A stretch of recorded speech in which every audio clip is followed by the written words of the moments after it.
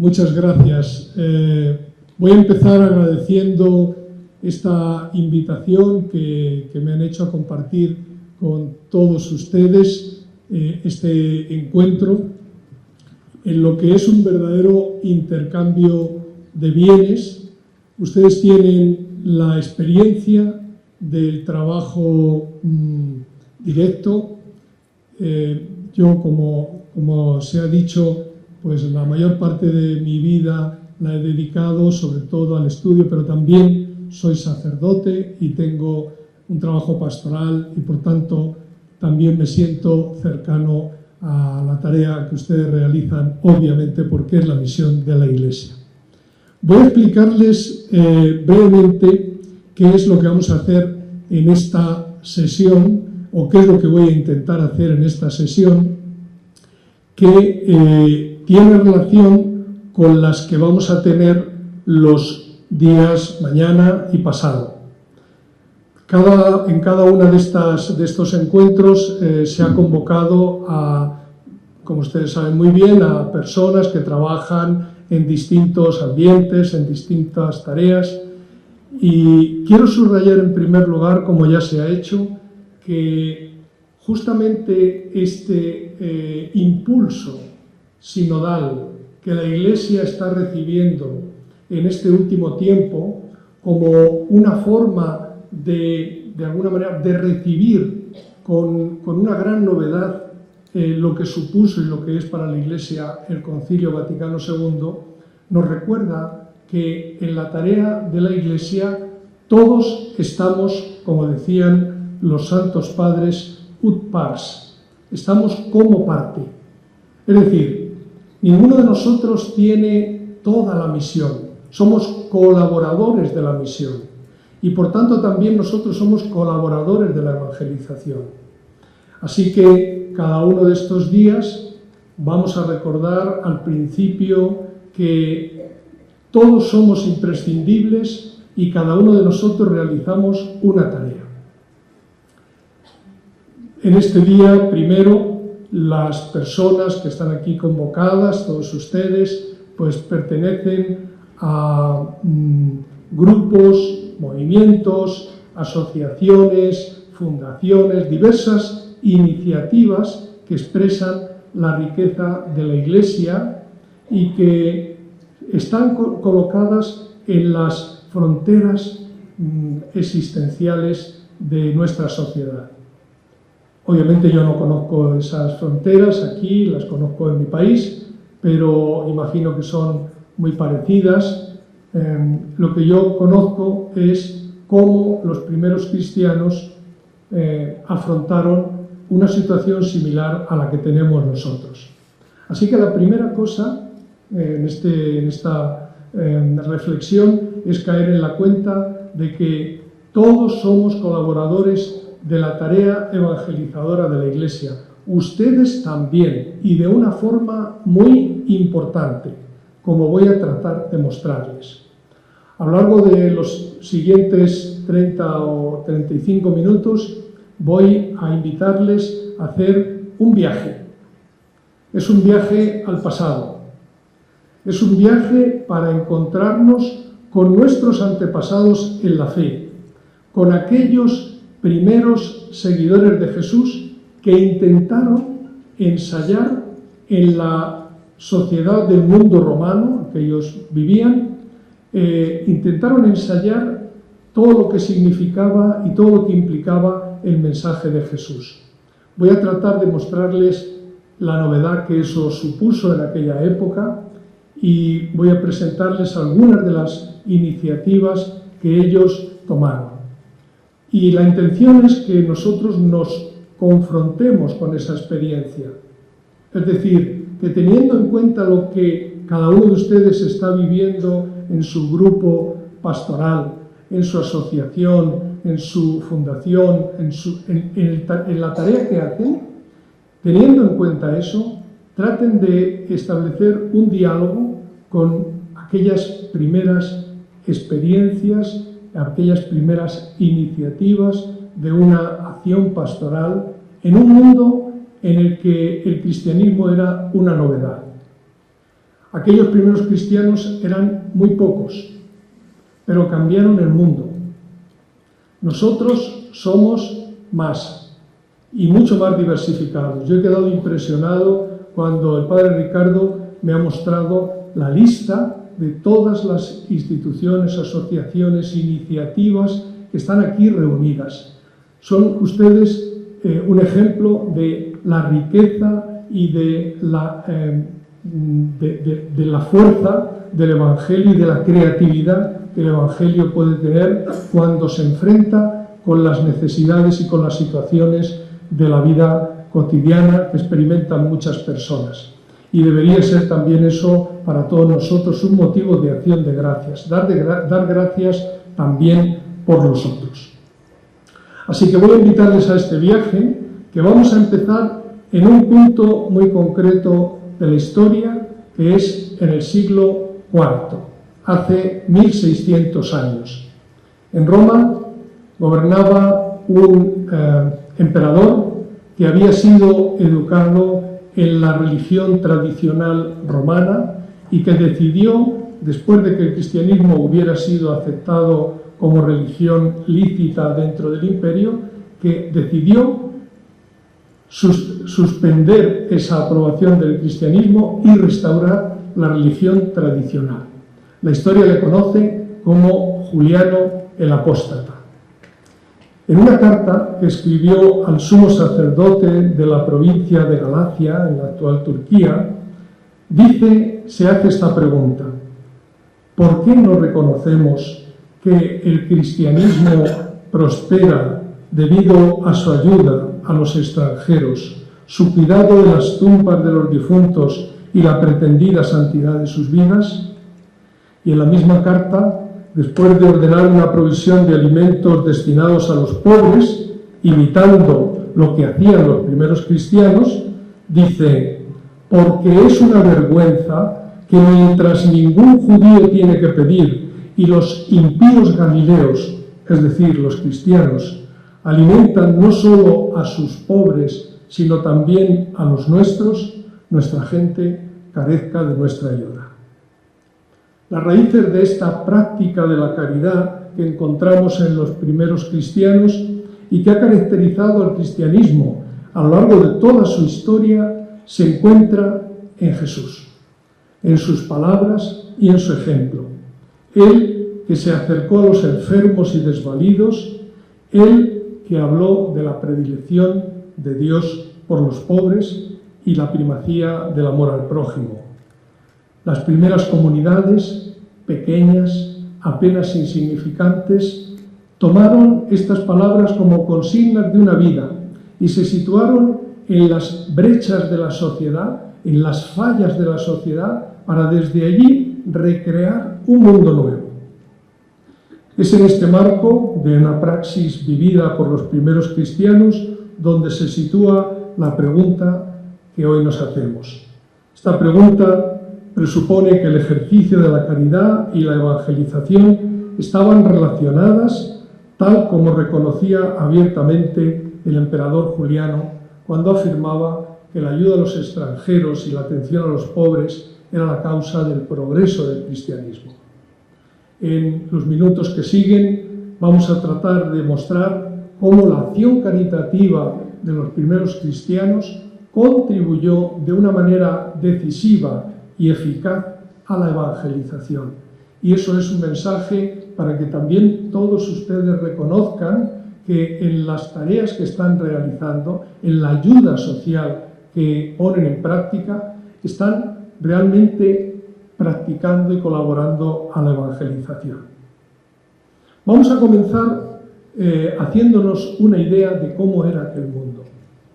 Un mundo extraño para nosotros, quizá en algunas cosas cercano, pero es el mundo en el que aquellos primeros cristianos lograron poner en práctica una forma de vida que transformó el mundo, que transformó la sociedad.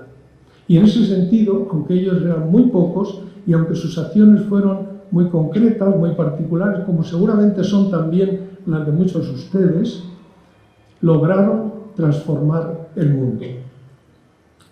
Los pobres en el mundo antiguo eran una realidad omnipresente, estaban por todas partes.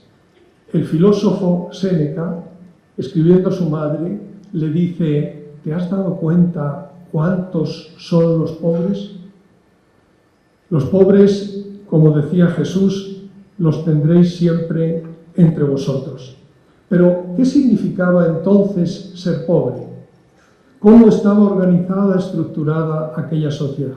Aquella sociedad tenía básicamente 3 grupos de personas. Había unos pocos, muy pocos, que eran ricos, es decir, que tenían lo suficiente para vivir sin preocupación. Había un gran estrato de la población que eran los pobres, o sea, los que estaban siempre en el límite de la subsistencia. Tenían el alimento justo y no siempre el necesario, no tenían lo suficiente para afrontar cualquier eventualidad que se les presentara. Estos eran la mayoría. Pero en aquella sociedad había además otro grupo por debajo que era también muy numeroso, que eran los indigentes. A estos indigentes, que en griego se les llama tojoi, a los que Jesús se dirige cuando habla de bienaventurados los pobres en el espíritu, que quizás deberíamos traducir diciendo bienaventurados los indigentes. Así que una sociedad en la que los pobres eran muchos, pero había también otros que todavía eran más pobres. ¿Quiénes formaban parte de los pobres? Al grupo de los pobres pertenecía, por ejemplo, la enorme masa de campesinos que trabajaban duramente la tierra, esperando que una plaga o una sequía no malograra la cosecha, con la que después, antes de alimentar a su familia, tenían que pagar impuestos o rentas de las tierras que no eran suyas en muchos casos. Empobrecidos y envilecidos por un trabajo que los tenía pegados a la tierra, su suerte era, sin embargo, mejor que la de los indigentes que carecían de todo. Estos indigentes tenían muchos rostros en el mundo antiguo: el de los mendigos mal alimentados y enfermos, el de las mujeres explotadas en los burdeles, el de los esclavos rurales que trabajaban en los campos de los terratenientes o el de los que eran explotados sin piedad en las minas. Su número no disminuía, a pesar de que morían pronto, pues aquellos que se encontraban en el límite de la subsistencia pronto pasaban a formar parte del número de los más pobres, empujados por las deudas o por las hambrunas que provocaban regularmente las malas cosechas. Era un mundo de gran dificultad, era un mundo de gran adversidad, en el que, como digo, los pobres eran muchos y los cristianos no fueron insensibles ante esa necesidad, ante esa situación. Porque en aquella situación, a pesar de que los pobres eran muchos, no había instituciones que los apoyaran. O sea, su situación era una situación desvalida. No había instituciones de apoyo social, no había instituciones como por ejemplo nosotros tenemos de sanidad o de caridad, para que ustedes se imaginen lo que supuso para los primeros cristianos el tomar estas iniciativas que fueron muy creativas. No había una ayuda organizada. Había algunos grupos en el mundo romano que se apoyaban mutuamente, se asociaban, pero eran minoritarios. Había veces, cuando había una gran hambruna, reparto de grano y entonces pues había también una cierta solidaridad, aunque a los pobres les tocaba siempre la menor parte. Y en el judaísmo, de donde muchos primeros cristianos también provenían, en el judaísmo había también una cierta costumbre de ayuda social. En los ambientes judíos se inculcaba el amor al prójimo y por tanto al prójimo no se le dejaba desamparado, pero muchas veces el prójimo se entendía como uno de los nuestros, o sea, un judío más. Se ayudaban entre los que eran de la misma etnia, del mismo pueblo. Lo que hicieron los primeros cristianos fue innovador, sobre todo porque ellos se dedicaron a ayudar no solo a los suyos, sino también a todos los demás. Esta es una de las innovaciones más grandes que hicieron los primeros cristianos en lo que se refiere a la ayuda social. Se dedicaron no solamente a sus pobres, como dice Juliano, sino también a los nuestros. No hacían diferencia entre los miembros de la comunidad y los de fuera, que es lo que la Iglesia ha venido haciendo a lo largo de toda su historia, inspirados en el ejemplo de estos primeros cristianos y en el ejemplo de Jesús. El cristianismo irrumpió en esta sociedad en la que los pobres eran la mayoría y en la que la ayuda social era muy limitada. Los primeros grupos de discípulos de Jesús, sin embargo, hicieron de este tipo de prácticas un signo distintivo de su vida. Son estas prácticas las que ahora vamos a tratar de explorar con más detalle, tratando de averiguar cuál fue el papel que éstas desempeñaron en la misión evangelizadora de la primera hora. Así que hasta aquí, en el viaje que les estoy proponiendo, les hemos proporcionado solamente un poco de información para que hagamos el esfuerzo de alguna manera de trasladarnos a aquel mundo que es un mundo diferente de nosotros, porque esta es la forma en que vamos a poder entender cuál es la novedad que aportaron los primeros cristianos. Y vamos también a poder descubrirnos nosotros en esas situaciones similares a las que ellos vivían y en muchas de ellas nuevas, en las que también nosotros, inspirados en la palabra y en el ejemplo de Jesús, vamos a poder responder a esa necesidad. Vamos a ir recorriendo el camino hacia atrás y les voy a mencionar algunos testimonios de los siglos anteriores al siglo IV hasta que lleguemos al siglo I, que es donde nos vamos a quedar. La atención efectiva a los pobres y los necesitados llegó a ser un rasgo característico del cristianismo. Lo hemos escuchado en el texto que he leído de la carta que el emperador Juliano dirige al sumo sacerdote de Galacia. Pero esto no es un caso aislado. En el siglo III, o sea, un siglo antes, el obispo de Alejandría, Dionisio, testimonia en una de sus cartas pascuales cómo muchos cristianos, despreciando el peligro que ello entrañaba, cuidaron de los enfermos afectados por la peste que asolaba el imperio. Les leo lo que dice el obispo Dionisio de Alejandría en el siglo III. La mayoría de nuestros hermanos, por exceso de su amor y de su afecto fraterno, olvidándose de sí mismos y unidos unos con otros, visitaban sin precaución a los enfermos. Les servían con abundancia, los cuidaban en Cristo y hasta morían contentísimos con ellos, contagiados por el mal de los otros, atrayendo sobre sí la enfermedad del prójimo y asumiendo voluntariamente sus dolores. En cambio, entre los paganos fue al contrario. Incluso apartaban a los que empezaban a enfermar y rehuían hasta los más queridos y arrojaban a moribundos a las calles y cadáveres insepultos a la basura, intentando evitar el contagio y la compañía de la muerte. Una peste que asoló el imperio y que tuvo efectos muy perniciosos y en la que los cristianos pusieron en práctica la actitud de Jesús, que se había acercado a los enfermos, y su enseñanza que les había recomendado cuidar de los que estaban enfermos. Estuve enfermo y me visitasteis. Un siglo antes, el siglo II, Tertuliano nos ofrece un nuevo testimonio de la importancia que los cristianos daban a la caridad. Dice: cada uno aporta, si quiere y puede, una contribución mensual o cuando lo estime oportuno. Nadie es obligado a pagar, sino que lo hace espontáneamente. Son como depósitos de piedad.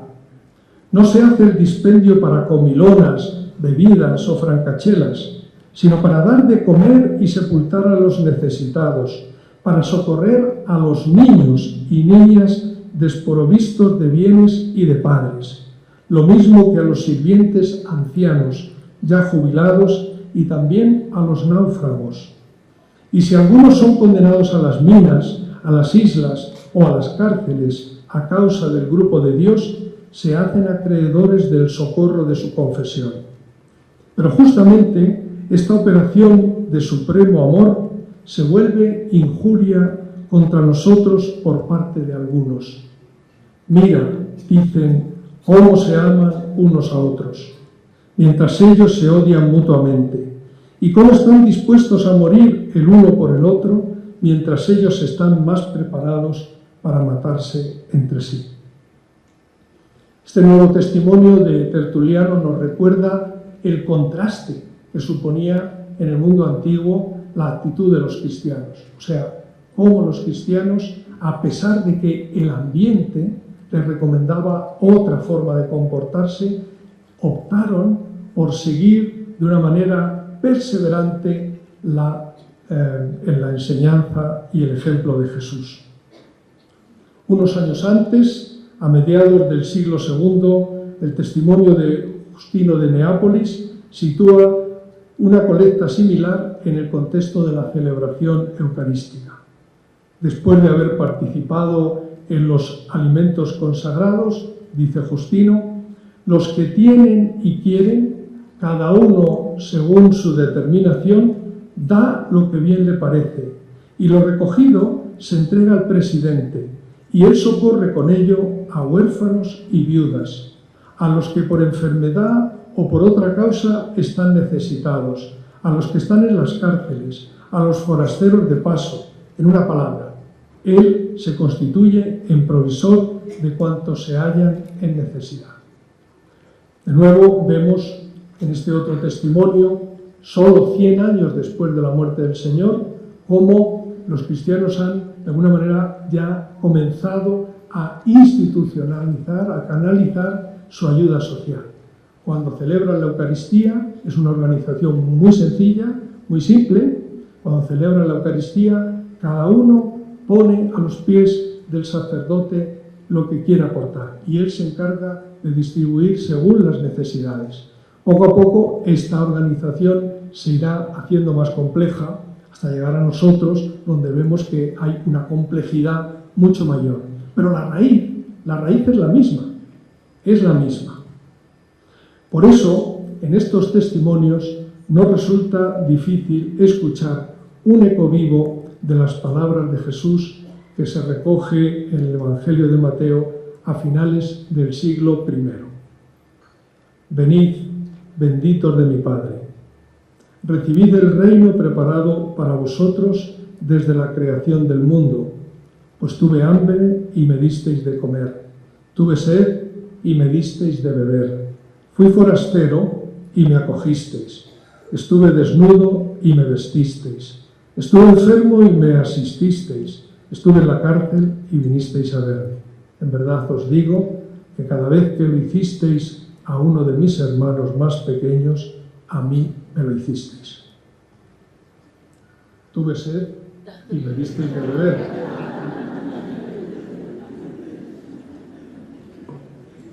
Muchas gracias. Bueno, he querido traer aquí todos estos textos espigados de los testimonios que tenemos en la literatura cristiana primitiva, y son solo algunos ejemplos de la centralidad que tenía la caridad y la ayuda social de los primeros cristianos. Si se dan cuenta, todos estos testimonios hablan de acciones que se sitúan en lugares de la sociedad a donde no llegaba la ayuda de ningún otro. A esto lo llamamos las brechas, o sea, las fallas de la sociedad, que es también donde nosotros nos situamos. Cuando nosotros percibimos una necesidad, cualquiera que sea, y ilustrados, animados, inspirados por el Evangelio y por estas palabras de Jesús, reconocemos que ahí hay un espacio donde el Evangelio puede hacerse presente a través del ejercicio de la caridad y tomamos la determinación, como se ha venido diciendo antes, de ponernos en pie, de dar un paso y de abordar esa situación, estamos haciendo exactamente lo mismo que hicieron los primeros cristianos. Este fue el proceso que ellos siguieron.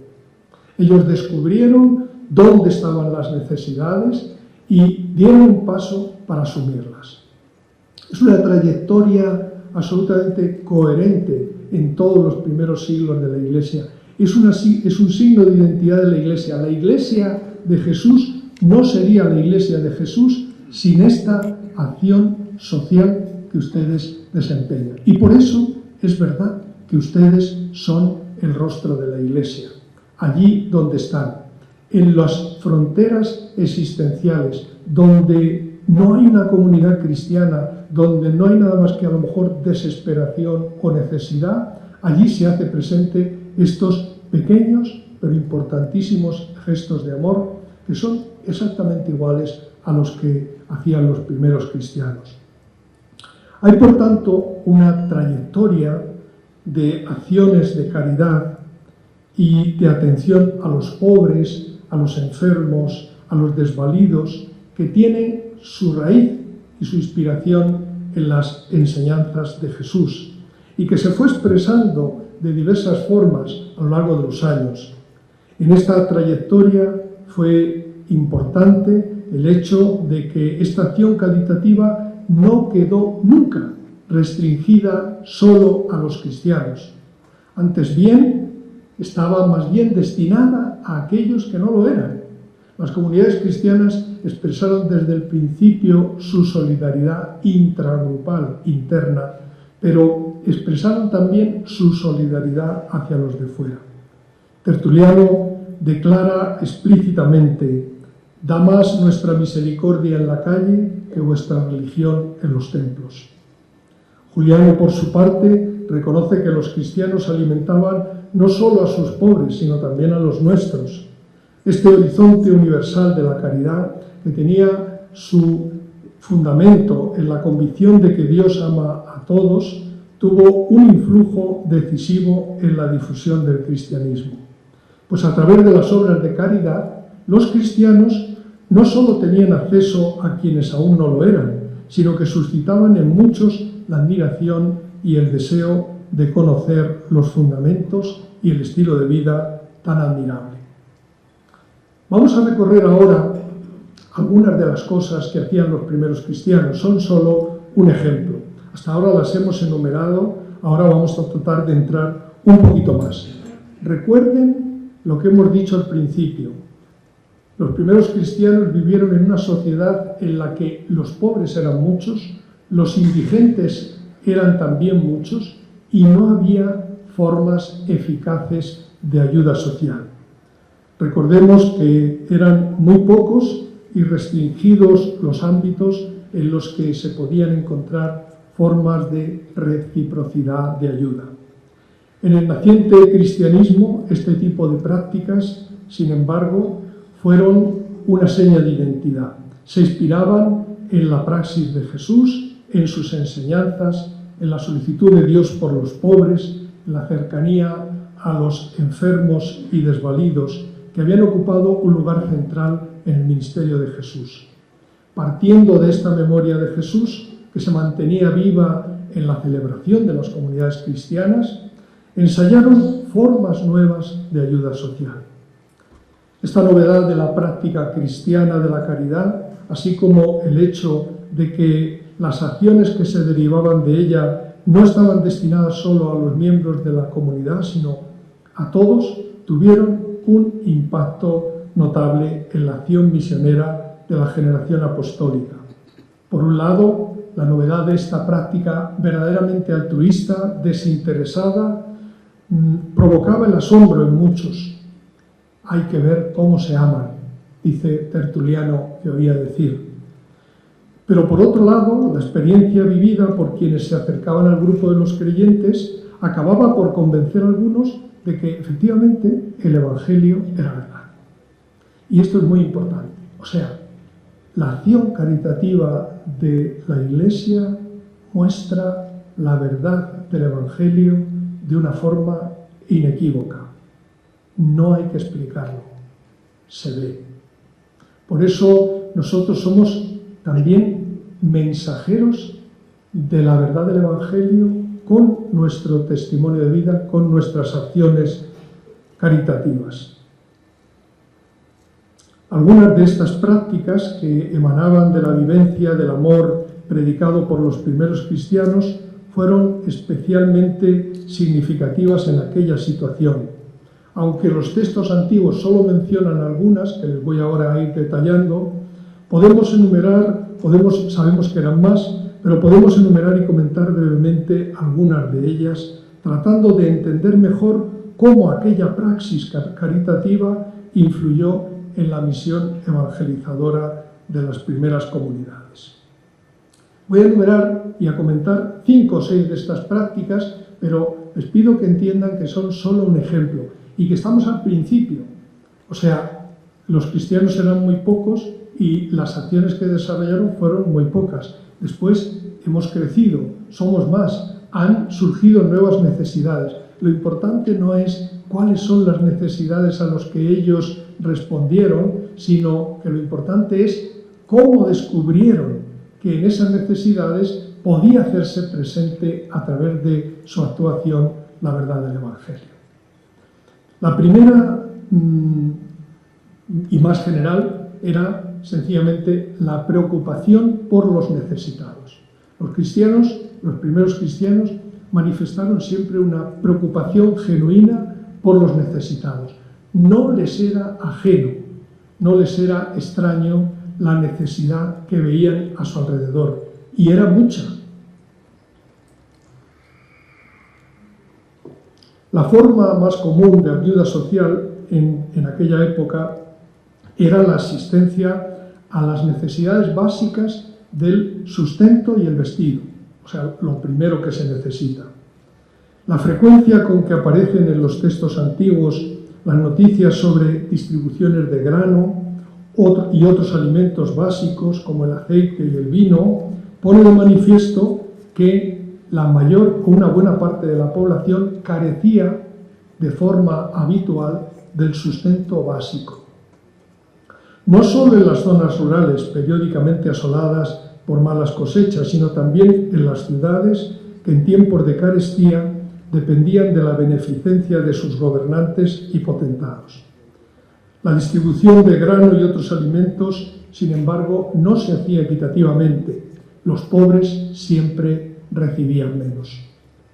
Es en este contexto donde adquieren su sentido pleno invitaciones como la que encontramos en la carta a los romanos: compartid las necesidades de los santos. O las palabras de Jesús en el juicio final: tuve hambre y me disteis de comer, tuve sed y me disteis de beber, estuve desnudo y me vestisteis.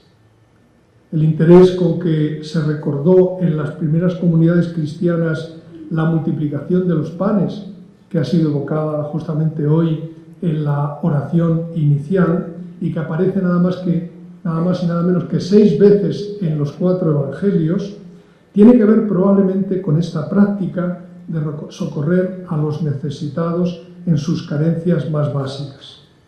Más aún, el hecho de que en las primeras comunidades hubiera un ministerio específico para distribuir los donativos evoca también la importancia de esta acción caritativa. En la carta a los romanos, en el capítulo 12, que es un elenco de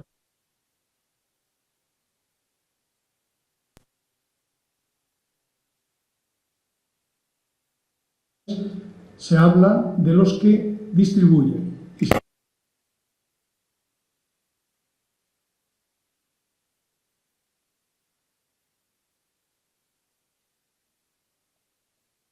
También en el ministerio de San Pablo, el cual recuerda que cuando se reunió en Jerusalén con los apóstoles, buscando el reconocimiento de su misión a los gentiles, la única recomendación que le hicieron fue que se acordara de los pobres. Esta preocupación le acompañó a lo largo de toda su actividad misionera, como se deduce del interés que siempre tuvo por reunir una colecta para los pobres de Jerusalén. Así que este es el primer ámbito más general, que es cómo salir al paso de las necesidades más esenciales. Y lo hacían de una forma muy poco organizada, con el vecino, con el cercano, ayudando a subvenir esas necesidades básicas del sustento y de la comida. Otras formas, digamos, más especializadas de ayuda social son, por ejemplo, la atención a los enfermos. De nuevo, aquí tenemos que hacer un esfuerzo para imaginarnos cuál era la situación de los enfermos en el mundo antiguo. En el mundo antiguo no había un sistema organizado de salud, no había hospitales. O sea, la enfermedad era una realidad aterradora, porque con mucha frecuencia conducía a la muerte.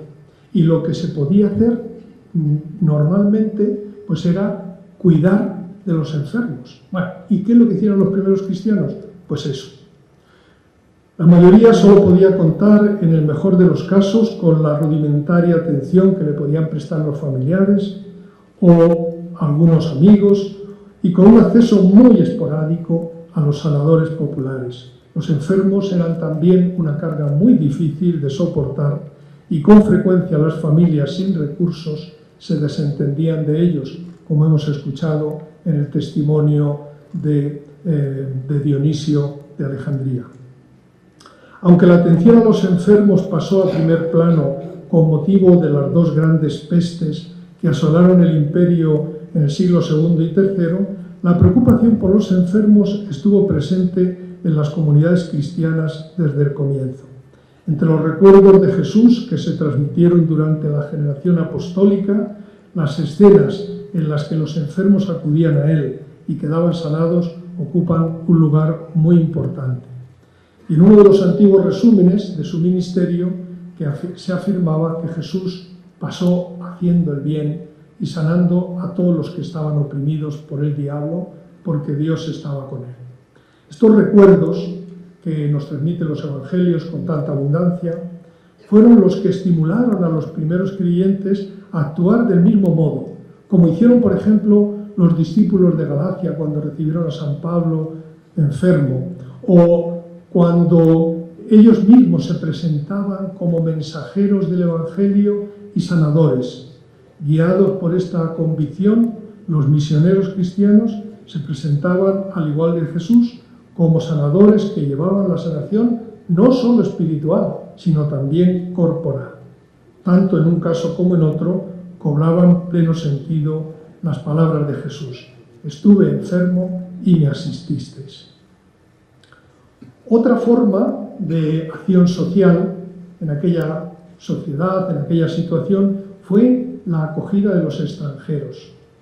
La acogida de los extranjeros fue uno de los rasgos también distintivos de los primeros cristianos, y es un tema muy actual, en mi país muy actual, me imagino que aquí también en Colombia. Y de ellos tenemos, en los primeros cristianos tenemos también pues algunas pautas, ¿no?, sobre cómo realizaron ellos esta acción de acogida, sobre todo a los que emigraban. El Imperio Romano se caracterizaba por una gran movilidad, o sea, había muy buenas vías de comunicación, por tanto una gran movilidad, pero no había no había ningún sistema de hoteles, alojamiento, era muy rudimentario. Entonces, cuando la gente viajaba, lo que hacía era que normalmente iba a la casa de alguien conocido porque tenía algún contacto, etc. Pero eran muchos los que llegaban a las ciudades. Tenemos mucha información sobre la ciudad de Roma, por ejemplo. Eran muchos los emigrados que llegaban a la ciudad y se encontraban desplazados. De hecho, los asentamientos de los que emigraban a Roma están situados en las vías que llegan a la ciudad. Por ejemplo, la vía Apia, pues ahí había un gran asentamiento de inmigrados. Bueno, los primeros cristianos también se dieron cuenta, en la medida de sus fuerzas y de sus posibilidades,